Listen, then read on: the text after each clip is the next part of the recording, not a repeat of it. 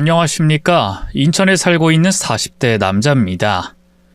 저는 아내와 처가 식구들 이야기를 써보려고 합니다. 감정이입해서 들어주시면 진심으로 감사하겠습니다. 30대 초반 한창 직장에서 구르고 있던 시기에 아내를 만났어요. 친구가 모임을 열었는데 거기서 처음 아내를 보았죠. 사람 말에 경청할 줄 아는 사람 같아서 눈길이 갔고 꼭 한번 둘이서 만났으면 하는 바람을 가졌답니다. 그래서 친구한테 아내의 연락처를 받아내서 며칠 뒤에 바로 만나게 되었어요.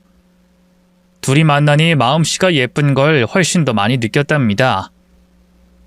미소 짓고 저에게 집중하는 모습에 반했고 카페 천장에 달린 노란 조명을 받은 세련된 미모에 반했죠. 제가 소망하던 대로 연애를 시작하게 되었고 4년을 사귀었습니다. 이제 좀 회사에서 자리도 잡았고 결혼 자금도 모였으니 프로포즈를 해서 결혼식을 올렸답니다. 아내의 가족으로는 처남 2명과 처제 1명이 있었어요. 어릴 적 부모님이 돌아가셔서 아내가 동생들을 자식처럼 돌봐줬다고 하더라고요. 저에게도 동생이 생긴 거라 생각하고 처남 처제에게 잘하려고 노력했습니다. 신혼 초에는 처가 식구들과 가끔 왕래하면서 만날 때마다 기분 좋게 돌아오곤 했는데 제가 몰랐던 일들을 하나둘씩 알게 되면서 불편하기 시작했습니다. 어느 날 퇴근하고 우편함에 우편물이 잔뜩 있어 집에 가지고 들어가 하나하나 뜯어봤어요. 보험, 세금 등등 여러 우편물이 대부분이었는데 그중 아내에게 온 대출금 고지서가 보였습니다. 대출받은 날짜를 보니 얼마 되지 않았더라고요. 3천만 원이나 빌렸는데 도대체 왜 대출받았는지 이해가 되지 않았어요.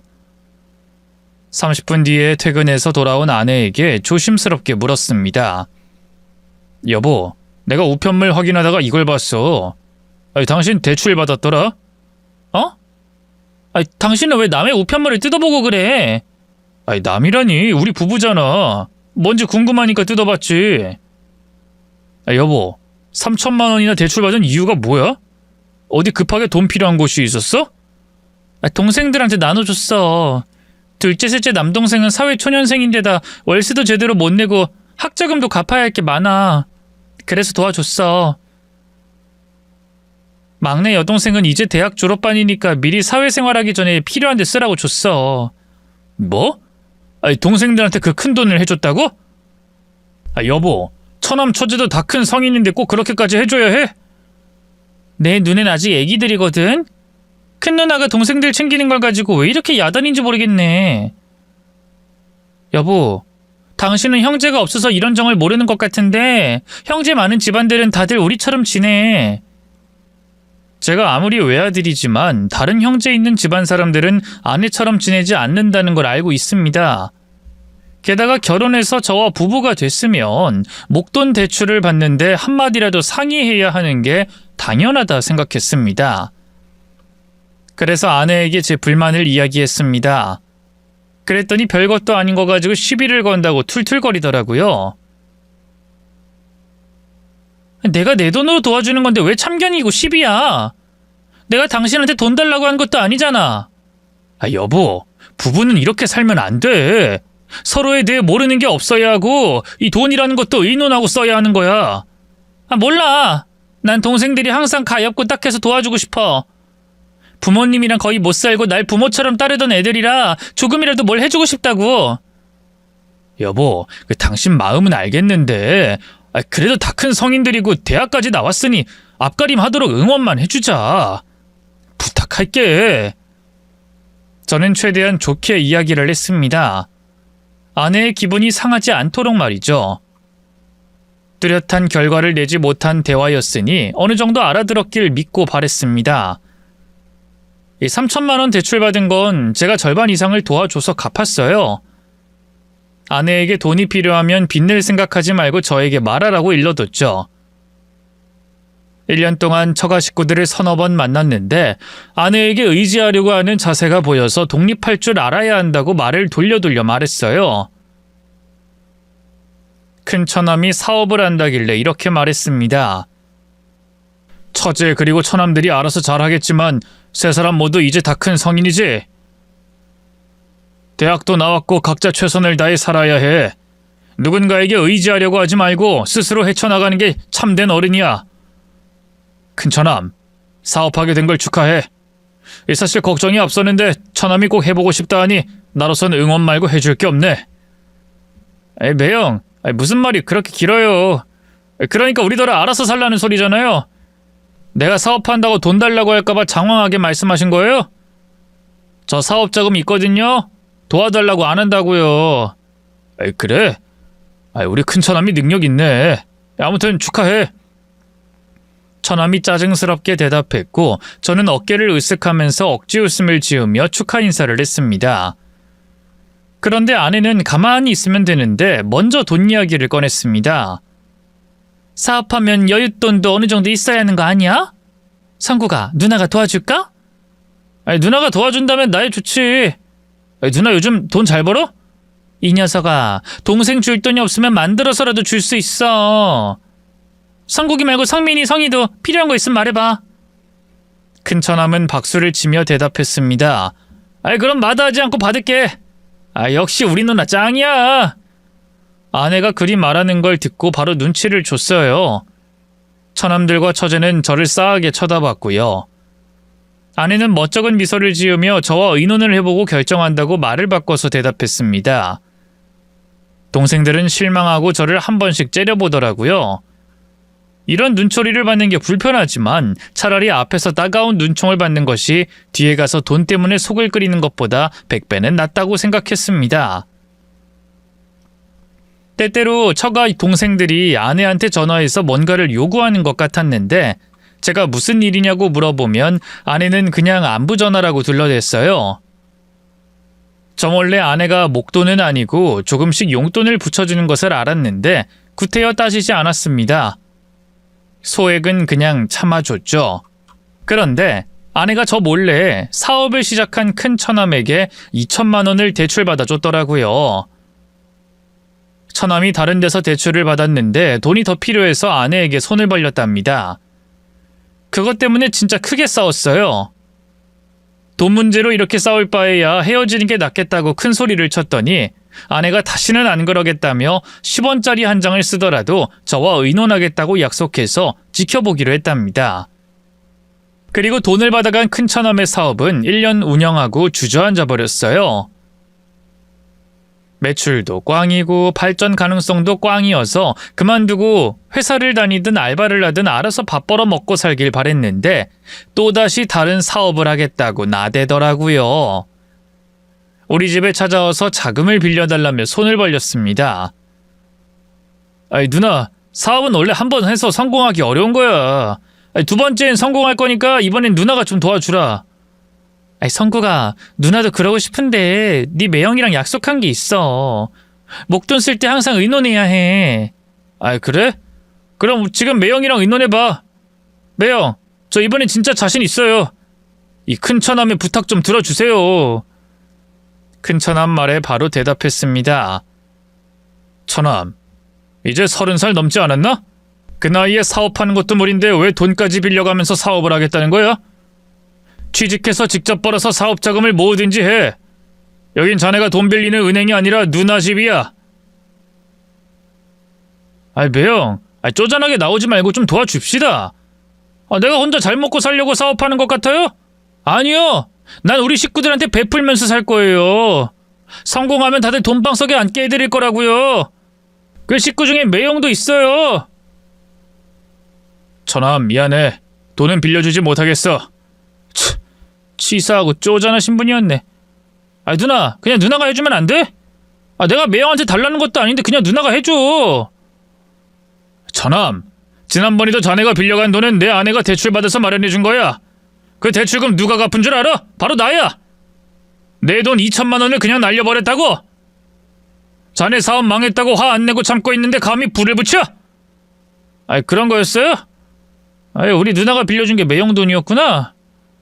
매형, 미안하게 됐습니다. 그 돈은 나중에 꼭 갚겠습니다.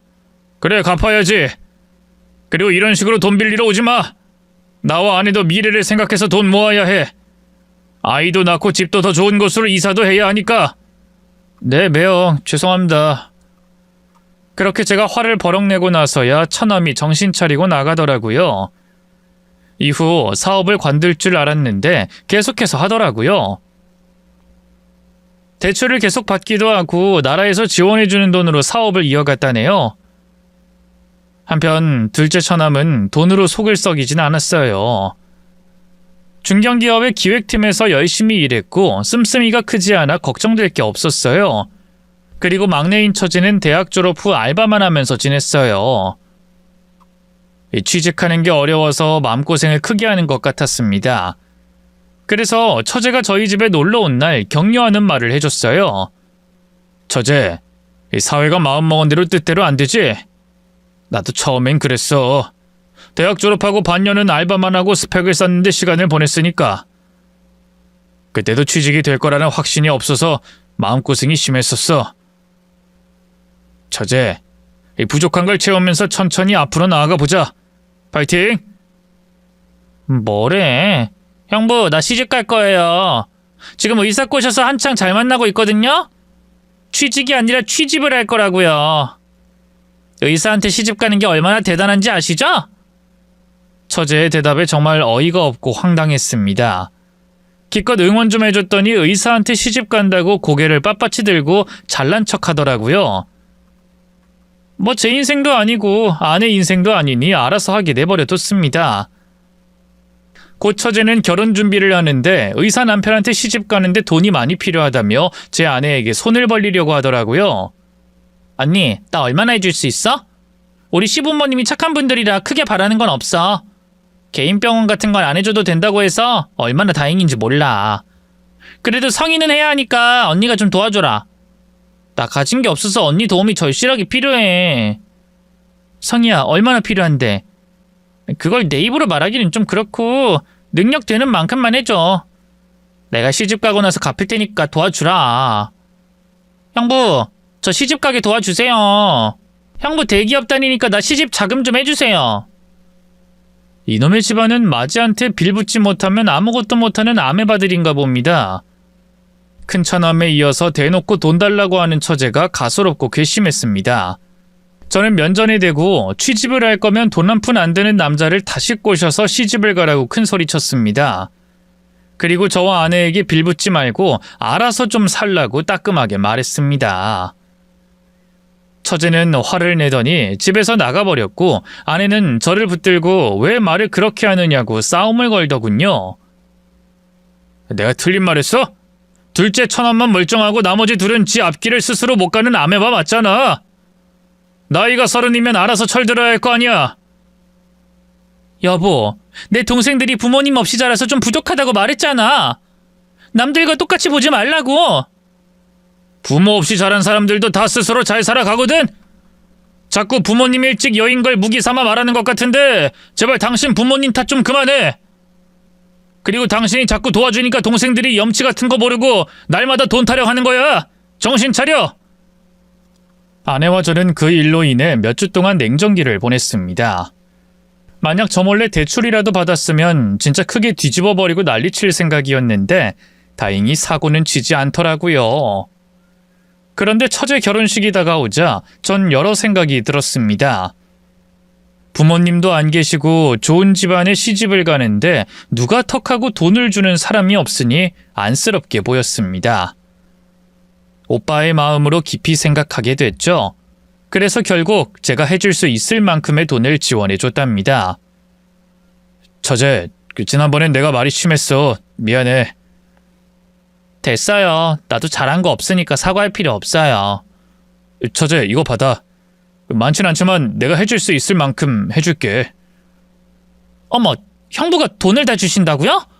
아이, 고맙기도 해라. 근데 2천? 고마워요. 너무 적지? 그래도 우리 형편에선 최대한 끌어모은 돈이니까 기분 좋게 받아줘. 그럼요. 아주 잘 쓸게요, 형부. 그렇게 처제는 무사히 시집을 갔습니다. 처가 동생들은 이제 돈 문제로 진짜 속을 썩이지 않을 줄 알았습니다. 6개월 동안은 아내도 정신 차리고 돈을 잘 모으더라고요. 아이를 계획하고 슬슬 준비를 하려는데 어느 날 처제가 저희 집에 불쑥 찾아왔습니다. 양손에 짐가방을 들고 말이죠. 에이, 처제 무슨 일이야? 그 가방은 다 뭐야? 형부, 언니, 나 이혼당했어. 의사 집안이라고 해서 뭐 좀 다를 줄 알았는데 지독한 짠돌이에 무식한 말만 남발하는 집구석이더라. 이건 또 무슨 상황인지 하도 기가 막혀 말을 잇지 못하고 가만히 지켜봤습니다.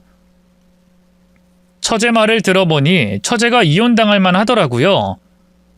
시집가서 살림도 뒷전이었고 의사 사모님이라고 비싼 명품만 밝혔고 놀러 다니기만 했답니다. 처제 남편은 이를 문제로 삼고 바꾸려고 노력해봤지만 처제가 워낙 자기 멋대로 행동하는 거에 질려버려서 이혼을 결정했답니다. 그래서 빈몸으로 쫓겨나와 저희 집으로 온 거랍니다. 처제, 들어보니까 위자료는 못 받고 나왔나 보네.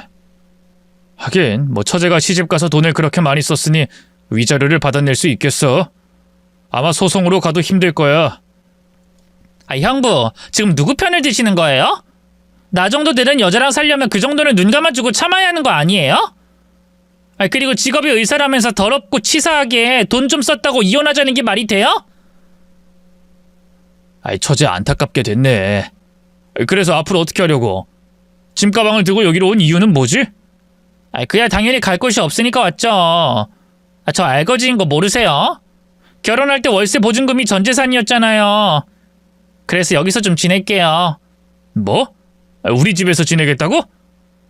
저는 화가 올라와서 아내를 방으로 불렀습니다. 빨리 처제를 내보내라고 경고했죠. 그러자 아내는 당장 갈 곳이 있는 게 아니니 당분간만 데리고 있자고 사정을 하더라고요. 결국 오갈 곳이 없다고 하니 스스로 보증금을 벌어서 독립할 때까지 집에서 지내라고 결정했네요. 그런데 처제는 일할 생각이 없는 건지 일자리가 없는 건지 집에서 놀기만 했어요. 살림을 거들어주는 것도 아니고 차려주는 밥을 먹고 방에 짱 박혀서 핸드폰만 하면서 늘어져만 있었습니다. 진짜 꼴도 보기 싫어서 일자리를 언제 구하느냐고 물어봤더니 눈치 좀 주지 말라고 짜증을 내더라고요. 저는 인내심의 한계가 바닥이 나 아내에게 화를 냈습니다. 당신 동생 언제 나가는 거야? 여보 미안해. 성희가 아직 일자리를 구하지 못했대. 여보, 조금만 더 기다려주면 안 될까? 이혼 충격이 있어서 우울증이 좀 있는 것 같아. 우울증? 새끼 밥 잘 먹고 핸드폰에 빠져서 편하게 자빠져서 지내는데 저게 우울증이야? 걱정 근심 없이 머릿속엔 늘 놀 생각만 하는데 그게 우울증이야? 여보, 그렇게 말하지 마. 성희는 성희 나름대로 힘든 시간을 보내고 있어.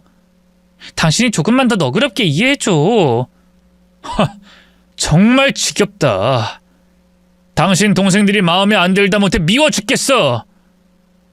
빠른 시일 내로 나가라고 전해줘. 너무 불편하니까. 그 말을 밖에서 들었는지 처제가 소리치며 대답했습니다. 형부, 치사하게 굴지 마세요. 나 형부 눈치 보면서 지내는 거 싫거든요? 조만간 나갈 테니까 언니 좀 그만 괴롭혀요. 제가 이런 소리까지 들어가며 지내야 하는 이유를 전혀 모르겠더라고요. 처제만 정신 차리고 떠나면 괜찮아지겠지 하고 속으로 괜찮다, 뭐 참을만 하다 하고 억지로 마음을 비웠어요. 그런데 얼마 뒤에 큰 처남이 저희 집으로 들어왔습니다. 처제처럼 짐가방을 들고 왔더라고요. 처남, 그 짐가방은 뭐야? 매형 잘 계셨어요? 짜증나게 사업이 막혔어요. 버티고 버티다가 결국 부도 처리하고 끝냈습니다. 빚이 하도 많아서 파산 신청했어요. 저 지낼 곳이 없어서 그러는데 당분간 신세 좀 질게요. 뭐? 파산? 정말 대단하네. 그 지경이 될 때까지 되도 않는 사업을 한 거야? 매형, 왜 이렇게 화를 내고 그러세요? 사람 하는 일이 안 될 때도 있고 그런 거지 왜 신경질을 내요? 여긴 우리 누나가 사는 집이기도 하니까 신세 좀 질게요.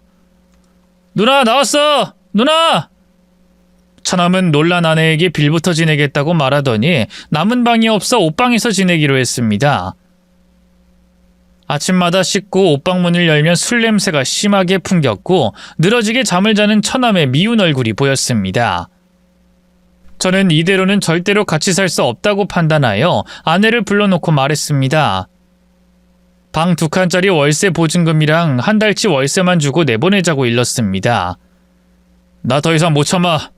처남이랑 처제 얼른 내보내.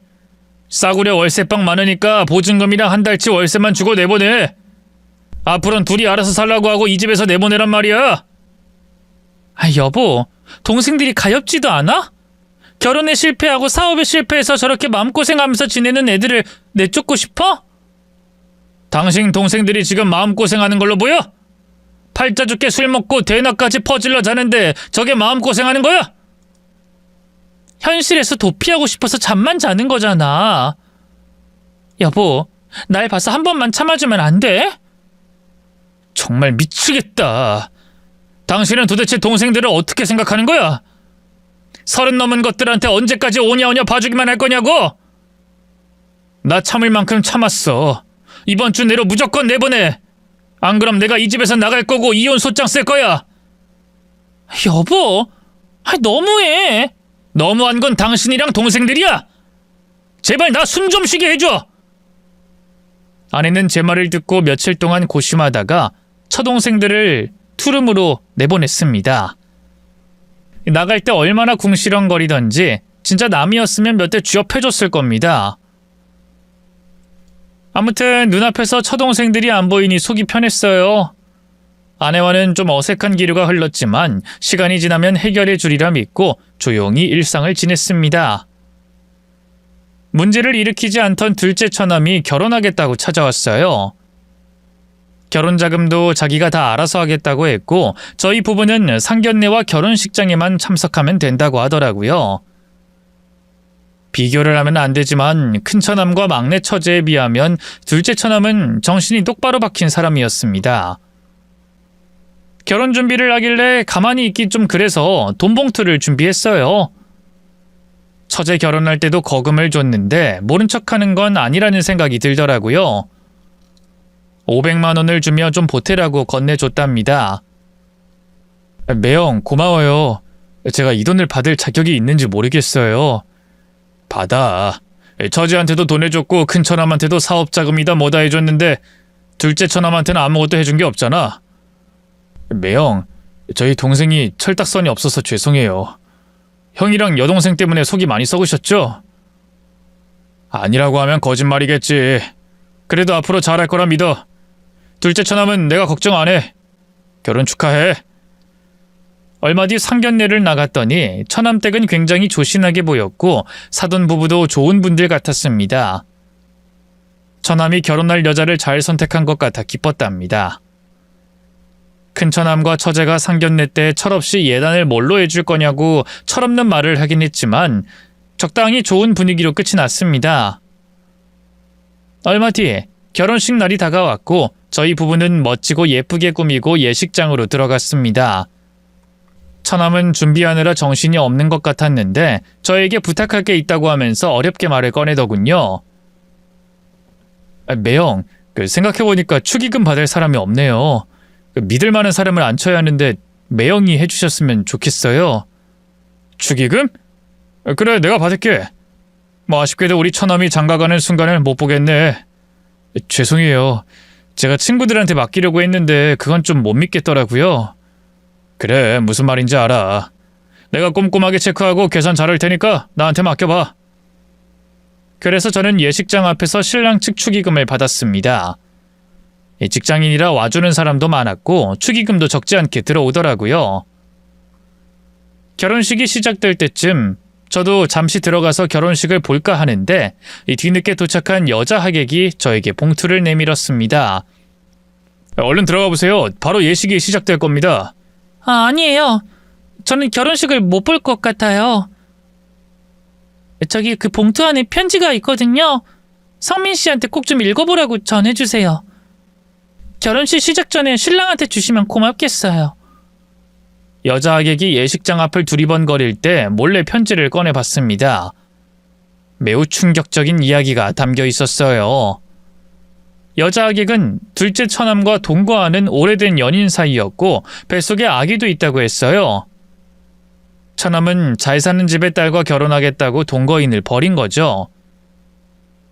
여자는 자기한테 돌아올 때까지 기다리겠다고 편지를 썼는데 정말 부하같이 밀었습니다. 축의금을 가방에 쑤셔넣고 바로 일어나서 밖으로 나가는 여자를 붙잡았습니다. 저기요, 강미진 씨.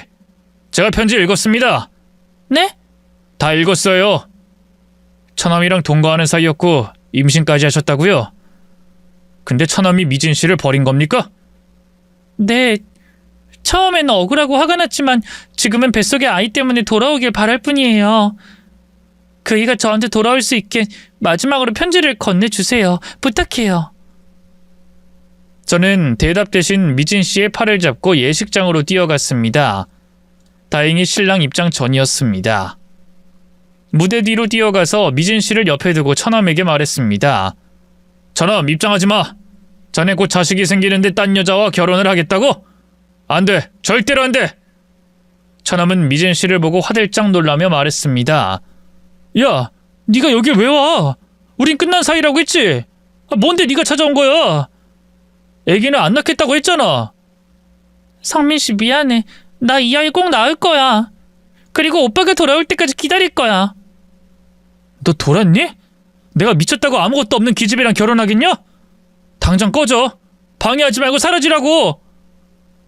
둘째 처남이 하는 말을 듣고 괘씸하고 사악해서 가만히 있지 못하겠더라고요. 당장 처남의 얼굴에 주먹을 질렀습니다. 처남 머리채를 잡고 끌고 나와 신부와 신부 아버지 앞으로 끌고 갔어요. 사돈어른, 이 자식이 곧 애 아빠가 됩니다. 여기 제 옆에 있는 여자가 처남이랑 동거한 사이래요. 애까지 생겼는데 나 몰라라 하고 장가가려고 했단 말이에요. 뭐요? 김서방, 이게 다 무슨 소리냐? 자네 정말이야? 이 아가씨가 자네 아이를 임신한 게 맞아? 제 손에 머리채를 잡힌 처남이 온몸으로 발악하며 제 손아귀에서 벗어났습니다. 아유, 장인어른, 아무 일도 아닙니다. 그냥 잠깐 놀던 사이인데 임신했다고 협박하러 온 여자예요. 신경 안 쓰셔도 됩니다. 닥쳐! 감히 여자 임신까지 시킨 놈이 내 딸이랑 결혼하려고 해? 사돈어른은 있는 힘껏 따귀를 날렸습니다. 처남은 바닥에 고꾸라졌고 신부한테 용서를 빌었습니다. 자기야, 나랑 결혼할 거지? 이 여자 잠깐 스쳐가는 여자야. 헤어지고 정리했는데 제멋대로 애를 낳겠다고 하는 거라고. 자기야, 그 얼마 전에 영화배우가 엔조이한 여자 임신시키고 애 낳은 뉴스 봤지? 근데도 결혼 안 하고 원래 애인과 잘 지낸다잖아. 난 저 여자가 애기 낳는 걸 원하지 않아. 제멋대로 낳겠다고 하는 거라고. 따지고 보면 나도 피해자야. 나쁜 놈. 네 아이가 생겼는데 외면하겠다고? 넌 사람도 아니야. 날 만나는 동안 양다리 걸친 것도 괘씸하고 저 여자를 버리겠다는 것도 아주 괘씸해. 절대로 용서하지 않을 거야. 신부도 처남 머리통을 후려갈기더니 파혼을 통보했습니다. 순식간에 일어난 일이었죠. 곧 사회자가 신랑 입장을 외쳤는데 아무도 들어가지 않자 안에서는 난리가 났답니다. 처남은 마지막 기회라 생각하고 무릎을 꿇고 신부와 사돈어른한테 빌었습니다. 자기야, 장인어른, 저 여자 정리했습니다. 아이 낳으면 제가 양육비는 지원하겠습니다. 그거면 충분히 보상하는 거잖아요. 그러니까 우리 결혼은 예정대로 해요. 장인어른, 여기 지인들 친척들이 기다리잖아요. 망신당하는 것보다 결혼식을 올리는 게 100번 낫지 않겠습니까? 저에게 마지막으로 기회를 주세요. 그러자 광분한 사돈어른이 저에게 부탁하더군요. 이보시오, 이놈 끌고 들어가게 좀 도와줘요. 사돈어른은 처남을 질질 끌고 들어가서 망신을 주겠다며 저에게 도와달라고 하셨습니다. 그래서 팔 하나씩 붙잡고 새 남자가 신랑 입장을 했습니다. 당황한 사회자가 아무 말도 못했고 하객들도 신랑의 망가진 얼굴과 옷을 보고 경악했답니다. 사돈어른은 큰 소리로 이 결혼을 무효라고 소리쳤습니다. 오늘 찾아와 주신 하객 여러분, 죄송하게 됐습니다. 이 결혼은 무효입니다. 김성민이 이 자식이 동거하는 여자도 있고 임신까지 했답니다. 이놈이 양다리를 걸친 것도 모자라 저 여자를 임신시켰는데 나 몰라라 하고 버리고 제 딸과 결혼하려고 했습니다. 난 이놈을 절대로 용서 못하고 내 딸도 봐주지 않겠다고 했습니다. 오늘 이 자리는 결혼식이 아니라 장례식으로 만들어버릴 작정입니다. 김성민이 이놈을 응징하는데 힘을 보태어주실 분들은 어서 올라와 주세요. 사돈어른이 큰 소리로 말씀하시자 신부 측 하객들이 우르르 올라와서 처남의 귓방망이와 몸을 발로 걷어찼습니다. 저는 이것이 바른 길이라 생각했으니 안도의 한숨을 내쉬었습니다. 그런데 이 상황을 전혀 이해하지 못하는 저의 큰 처남과 막내 처제가 무대로 올라와 사람들을 말리며 떠들더군요. 아니, 우리 오빠가 실수 좀 한 거 가지고 다들 너무하시네요. 임신이 뭐 벼슬이라도 됩니까? 남녀가 어울리다 보면 임신을 할 수도 있는 거지. 제가 저 여자 데리고 가서 수술시키면 될 거 아니에요? 사돈, 새언니, 예정대로 결혼을 합시다. 우리 오빠가 잘못한 거 하나 없고 저 여자만 문제라고요. 어서 이 사람들 다 내려보내고 결혼식 진행하자고요. 내 동생 말이 맞습니다. 우리 둘째가 인기가 많아서 벌어진 일인데 때리기까지 할 이유가 있습니까? 제가 보기에 저 여자 임신의 빌미로 제 동생 신세를 망치고 독차지할 계획인 것 같은데 딱 봐도 꽃뱀 같습니다. 저런 여자는 믿고 걸러야 하는 겁니다. 그러니 이 결혼 진행해야 합니다. 두 남매가 떠들자 하객들은 비난의 말을 쏟아냈었고 두 남매를 손봐주려고 하자 처남과 처제는 꽁무니를 빼더군요. 제 아내는 고개를 숙이고 머리를 흔들고 있었습니다. 부끄러운지 고개를 들지 못하더라고요. 둘째 처남은 결혼식 날 먼지나게 처맞았고 결혼식은 완전히 무효가 되었습니다. 만신창이가 된 둘째 처남은 미진 씨에게 달려들길래 제가 밀어서 넘어뜨렸어요. 매영, 이게 다 저 여자랑 매영 때문이에요. 내 결혼식 날아간 게 두 사람 때문이라고요. 처남, 진짜 인간도 아니구나. 끝까지 남 탓만 할 거야? 그래, 이 자식아. 네 놈만 나대지 않았으면 오늘 결혼식은 무사히 올렸을 거고 난 부잣집 사위가 됐을 거라고. 근데 네가 다 망쳤어. 이제 내 인생 종쳤다고. 처남은 발광하며 저에게 덤벼들었습니다. 이때다 싶어 정신이 나라고 흠씬 두들겨 패줬어요. 큰 처남이 말리려고 하자 아내가 큰 처남을 붙잡았어요. 그나마 아내는 이 집 식구들 중 가장 정상이었습니다. 아무튼 둘째 처남을 개패듯이 패주고 미진 씨를 데리고 나왔어요. 제가 변호사를 알아봐 주겠다고 하고 돌려보냈습니다. 그날 집으로 돌아와 아내에게 말했어요. 당신 이제 그만 처가 동생들이랑 연 끊어. 오늘 봤지? 그런 것들이랑 한 식구로 지낼 필요 없어. 어떻게 동생들을 버려? 여보, 실수는 누구나 하는 거잖아. 내 동생 성민이가 못할 짓을 하긴 했어도 기회는 줘야지. 바로잡을 기회는 주자고. 아니, 당신 동생들은 죄다 인간들이 아니야. 남의 등쳐먹고 피나 빨아먹는 모기에 불과하고 자기 욕심 때문에 임신한 여자를 버리는 놈이나 시집가서 돈이나 펑펑 쓰다가 이혼당하는 기집애나 또 주제 파악 못하고 남의 돈으로 사업해서 망해 우리 피를 빨아먹는 놈이나 모두 다 끊어버려. 당신한테 이로울 거 하나도 없는 그런 군뱅이들하고는 하루빨리 절연하라고. 아내는 울음을 터뜨렸습니다. 자기도 어떻게 해야 할지 모르겠다며 울면서 저에게 사과를 했습니다. 하지만 저는 눈물에 약해지지 않고 확실하게 경고했습니다. 처가 동생들과 연 끊지 않으면 저랑 끝이라고 말이죠. 아내는 당분간 동생들과 연락하지 않고 거리를 두겠다고 했어요. 당장 인연 끊겠다고 결정은 못하지만 자기도 동생들이 미우니 거리를 두고 지내보겠다고 하더라고요. 그래서 전 아내가 제 말을 들어주기로 한 거라 생각했습니다. 몇 달 동안 조용하게 지냈고 처동생들을 보지 않으니 진짜 살만했습니다. 이대로라면 아이도 낳고 평범하게 잘 살 수 있을 것 같았답니다. 그런데 또 다른 위기가 찾아왔어요. 아내가 지인 보증을 서줬는데 사업 망하고 잠수를 탔다며 큰 빚을 졌다면서 엉엉 울더라고요. 여보, 미안해. 나 어떡하면 좋아? 그러니까 당신이 보증을 서줬다고? 돌겠다. 얼마나 되는데? 6억. 뭐? 6억? 아니, 당신 도대체 보증을 왜 선 거야? 믿을 만한 사람이어서. 근데 사업 망하고 자취를 감춰버렸어. 여보, 나 어쩌면 좋아? 미치겠네.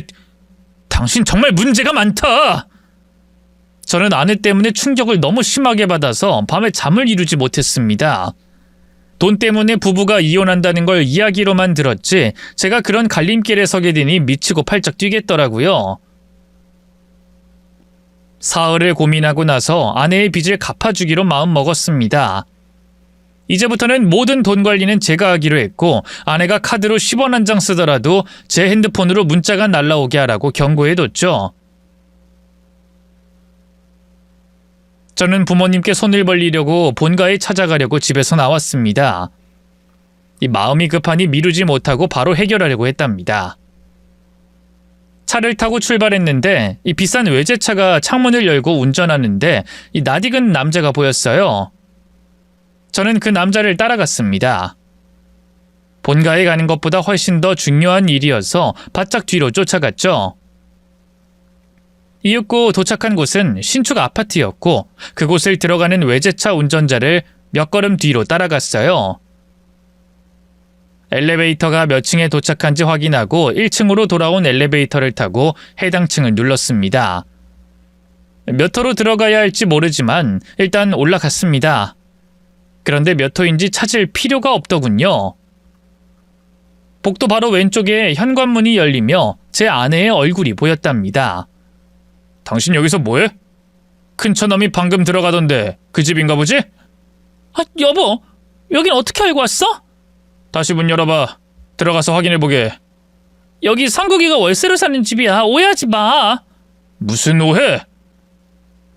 아, 당신이 보증 서서 날렸다고 6억을 달라고 한 오해? 당신 동생들이랑 계속 연락하고 지냈나봐. 게다가 아파트까지 마련해주고 외제차까지 끌던데 당신 거짓말하고 내 돈 뜯으려고 한 거야? 어서 문 열어봐. 확인해보게. 여보, 제발 그냥 돌아가자. 당장 안 열어! 아내는 눈물을 글썽거리더니 현관문 비밀번호를 누르고 열었습니다. 아내는 예상한 대로 처남들과 처제가 있었어요. 저에게 거짓말까지 하면서 아파트를 마련해 준 거였죠. 허망하고 황당한 저는 실소하고 말았습니다. 진짜 가지가지들 하네. 셋 다 인생 조지고 6억짜리 아파트에 들어와서 사는 거야? 죽어도 니들 힘으로는 못 살겠냐? 큰처남이 인상을 쓰며 대답하더군요. 매형 말 조심하세요. 우리 인생이 조졌다니 그게 뭔 개소리입니까? 사업 망하고 결혼 실패하면 이런 집에서 살지 말라는 법이 있습니까? 살아도 되지. 니들 돈으로 마련했으면 100번 1000번 살든 말든 내가 관여 안 하지. 근데 니들 누나한테 기생해서 마련한 아파트잖아. 안 그래? 야, 니들은 양심도 없냐? 쪽팔리지도 않아? 그러자 둘째 처남이 언성을 높였어요. 매형, 내 결혼식만 깨지지 않았더라면 내가 이 아파트를 형이랑 동생에게 마련해줬을 거라고요. 매형이 다 망쳤으니 우리 누나가 이렇게라도 베풀어야죠. 나 결혼 파토난 것만 문제가 아니라 미진이가 고소해서 위자료까지 물었어요. 앞으로 양육비도 매달 줘야 한다고요. 매형이 나대는 바람에 일이 이 지경이 됐단 말입니다. 네가 벌인 짓이 밝혀져서 망한 게 내 탓이야? 그리고 니들 누나가 베푼 게 아니라 내가 이 아파트 값을 다 치를 뻔했어. 팔자 좋게 외제차 끌고 도로를 질주하던 큰 처남을 발견하지 못했으면 눈 뜨고 코 베일 뻔했다고. 이젠 니들 보고 화도 안 난다. 오만정이 떨어져서 그냥 길바닥 쓰레기로 보일 뿐이야. 아, 여보, 당신도 마찬가지야. 이젠 부부간의 신뢰가 완벽하게 깨졌으니 우린 이혼인 거 알지? 그런데 합의 이혼이 아니라 법정 이혼을 할 거야. 내가 그동안 당신 동생들 도와준 돈 아까워서 받아내야겠어. 이제 다 끝이야. 여보, 내가 잘못했어. 실망했겠지. 근데 동생들이 돈이 없어서 투룸에서 나와 고시원에 사는데 보기가 딱해서 챙겨주고 싶었어. 내가 말했잖아. 동생들은 자식 같다고 말이야. 그래, 당신 자식들 알아서 잘 키워. 30 넘은 것들 뒤치다꺼리나면서 살라고. 대신 나는 빼줘야지. 내가 돌았다고 이 아파트 값을 내줘야겠어? 이 거짓말쟁이야! 여보, 그러지 말고 한 번만 기회를 줘. 우리 동생들 앞으로 잘할 거야. 정신 차려 이 멍청아! 저는 진심으로 아내가 정신 차리길 바래서 따귀를 한 대 날려줬습니다. 그러자 처동생들이 저에게 덤벼들더군요. 처남들이 눈에 불을 켜고 이빨을 드러내며 달려들었어요. 순식간에 멱살을 잡히고 얻어맞았습니다. 처제까지 합세해서 저를 잡아 때리는데 아내가 몸을 던져서 말렸어요. 얘들아, 하지 마. 니들 매형이자 형부가 화가 날 만해서 그런 거야. 누나 비켜! 이 자식이 누나 때리는 거 보니까 아주 환장하겠다고! 이 자식 때문에 우리 인생이 이 모양인지도 몰라! 안 좋은 기운을 퍼뜨려서 우리 셋 다 망한 거라고! 저를 막아주는 아내에게 조금도 고맙지 않았습니다. 저는 정신 차리고 이것들 모두를 응징해 주려고 아내를 큰 처남에게 밀쳐버리고 작은 처남부터 잡았습니다. 주둥이에 주먹을 냅다 꽂아주고 낭심을 세게 걷어차 줬더니 바닥에 고꾸라져서 개거품을 물더라고요. 막내 처제가 달려들길래 귀싸대기를 후려 갈겼습니다. 그리고 큰 처남과 둘이 붙게 되었는데 아내가 처남의 주먹을 저 대신 맞아줘서 큰 처남이 소스라치게 놀라 몸이 얼어버렸답니다. 누나 괜찮아?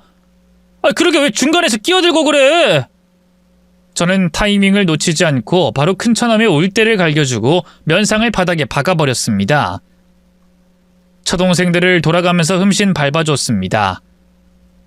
입에서 단내가 날 때까지 쉬지 않고 온몸을 밟아줬어요. 이젠 몸으로 싸울 건 다 했으니 나가려고 했어요. 그러자 아내가 저를 막아서더니 무릎 꿇고 빌었습니다. 여보, 이대로 가지 마. 아파트는 동생들이 감당하게 할게. 당신 돈 한 푼도 쓰지 않아도 돼. 이미 늦었어. 난 분명히 당신 동생들이랑 인연 끊을 기회 줬어. 근데 어떻게 했지? 보증이 어쨌다고? 눈 하나 깜짝하지 않고 거짓말하는 거 역겹더라. 그리고 네 동생들을 위해 거짓말하는 건 더더욱 역겨워서 봐줄 수가 없어. 우린 끝이야. 이제 영원히 아웃이라고. 법정에서 보자. 니들 식구들 때문에 신물 나니까 이번엔 니들이 신물 좀 나봐. 여보, 가지마. 가지마.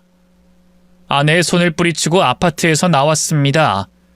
집으로 돌아가 현관 비밀번호부터 바꾸어버리고 일단 잠부터 잤습니다. 흥분한 상태라 뭘 해도 감정적으로 행동할 것 같으니 소주 석 잔을 마시고 이불을 뒤집어 썼어요. 잠이 안 올 줄 알았는데 12시간 동안 한 번도 깨지 않고 잠을 깊이 잤네요. 다음 날 이혼 변호사를 찾아가 처동생들이 벌인 짓을 일일이 고하고 아내가 거짓말한 것들도 일러줬습니다. 이혼 사유는 그것으로 충분했고 곧 법정에서 아내를 만났습니다. 아내는 판사가 묻는 질문에 발을 빼거나 변명하지 않고 제 말이 모두 맞다고 인정하더군요. 그래서 제가 피해당한 걸 모두 위자료로 돌려받는 것으로 판결이 났습니다. 법정에서 나와 축 처진 전철을 봤는데 정남이가 떨어져서 그런지 아무 말도 하고 싶지 않았습니다. 이젠 완전히 남남이니 마지막 인사 따위는 개나 줘버리고 끝내버렸네요. 2년의 세월 동안 저는 회사에서 진급도 했고 새로운 연인과 재혼까지 하게 되었습니다. 예식은 하지 않고 웨딩 촬영과 혼인신고만 하고 살림을 차렸답니다. 그리고 몇 달 뒤 아내가 임신을 했어요. 정말 기쁜 일이었죠. 아내가 먹고 싶다는 곱창전골을 먹으러 맛집을 검색해서 시장으로 찾아갔어요. 오빠, 전골 대짜로 시키자. 그거 다 먹을 수 있겠어? 난 곱창 별로 안 좋아해서. 자기 혼자 다 먹어야 하는데. 대짜 다 먹고 밥도 볶아 먹을 수 있어. 와, 이 뱃속에 아기가 보통 얘기가 아닌가 보다. 그래, 대짜 먹어. 여기요, 주문이요. 종업원이 다가오는데 제 표정은 얼어버리고 말았습니다. 어떻게 이런 데서 전철을 만나게 된 건지 아는 척을 하지 않으려고 눈을 마주치지 않았어요. 곱창 전골 대짜로 주세요. 네 손님, 바로 준비해드리겠습니다. 다행히 전처도 눈치가 있어서 아는 척을 안 했습니다. 그래서 편하게 아내가 식사하는 걸 보고 있는데 곧 식당 문이 열리며 전처의 동생 큰처남이 들어왔습니다. 큰처남은 저를 못 보고 지나쳐 바로 전처에게 손을 흔들며 인사하더군요.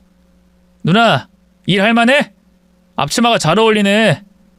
성구가 여긴 또 왜 왔어? 누나가 회사 그만두고 퇴직금으로 네 사업자금 대줬잖아. 이제 누나 돈 없어. 아니 누나, 돈 없다고 못 빌려주는 게 아니잖아. 대출이라는 게 있는 거 몰라? 난 이미 대출 받을 대로 다 받아서 빌릴 데가 없어. 누나가 좀 대출 받아서 줘라.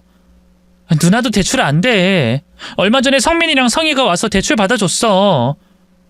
성민이는 배달하겠다고 오토바이 사달라고 해서 받아갔고, 성희는 만나는 남자랑 잘 돼간다고 그 집 부모님한테 비싼 선물한다고 돈 받아갔어. 아이 뭐야? 치사하게 다른 동생들은 다 해주고 나는 안 해줘? 누나 지금 동생 차별하는 거야? 성구가 목소리 낮춰. 손님들 계셔. 그러자 큰처남이 돌아보며 절 발견했습니다. 제발 아는 척하지 않길 바랬는데 저와 눈이 마주치고 다가오더군요. 어이 매영, 이게 얼마만이에요? 그새 새 장가 가셨나? 제 새 아내는 그 말을 듣고 젓가락을 내려놓더군요. 표정이 좋지 않았습니다. 매영, 분위기 좋네요. 우리 누나가 일하는 식당인 줄 알고 오신 거예요? 아니, 그럴 리가 있겠냐? 내가 왜 전처가 일하는 식당에 새 아내랑 찾아오겠어? 우연이야. 매영, 우연이 아니라 운명 같은 거 아닐까요? 저기 성구가, 할 말도 없고 들을 말도 없으니까 그만 물러나지.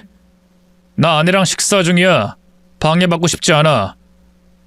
그러시구나. 근데 매영, 제가 좀 급해서요. 매영 능력 좋으시니까 나 돈 좀 빌려줘요.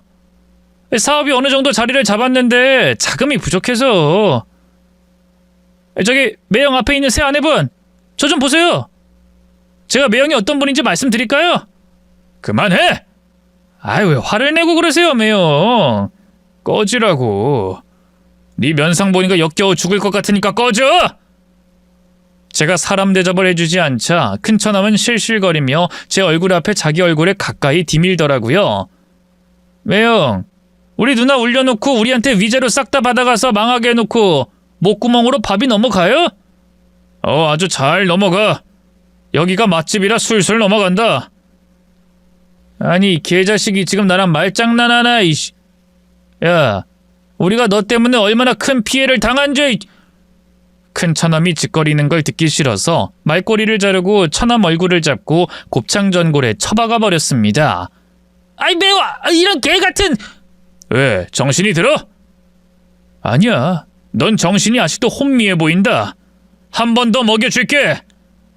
다시 처남 뒤통수를 잡고 곱창전골에 푹 담가줬습니다. 그러자 바닥에 누워 대굴대굴 구르더라고요. 전처가 물수건을 가지고 처남 얼굴을 닦아주는데 여전히 멍청하고 아둔해 보이더라고요. 평생 동생들한테 피나 빨리면서 사는구만. 내가 이혼하길 참 잘했네. 함부로 말하지 마. 내 동생들은. 뭐, 자식 같다고? 그래, 자식 같은 동생 얼굴 잘 씻겨줘라. 음식값은 저 자식한테 받아라. 얼마 먹지도 못했으니까. 저는 새 아내에게 미안하다 사과하고 자리에서 일어났습니다. 큰처남은 두 눈을 비비며 욕을 짓거렸는데 가볍게 무시하고 돌아섰답니다. 이것이 제가 본 마지막 전처의 모습이었습니다. 이듬해 제 아내는 건강하고 예쁜 딸을 출산했어요. 저는 가장으로서 더 열심히 일하고 처자식을 위해 책임지고 살겠노라 다짐했답니다. 그리고 그 다짐을 잘 지키며 지금까지 잘 살고 있어요. 제 첫 번째 결혼 생활 이야기에 혀를 내두르고 소름 끼친 분들 많으시죠? 그리고 저와 같은 일을 겪은 분들도 적잖이 계실 거라 사료됩니다. 부부는 결혼하면 누구보다 솔직하고 서로를 위해 사는 것이 우선인데 시댁이나 처가에 영혼이 붙잡혀서 이것저것 다 퍼주는 배우자와는 빠른 시일 내로 정리하는 것이 건강에 좋을 것 같습니다. 그럼 제 이야기는 여기서 마치겠습니다. 경청해 주셔서 감사합니다. 안녕히 계십시오.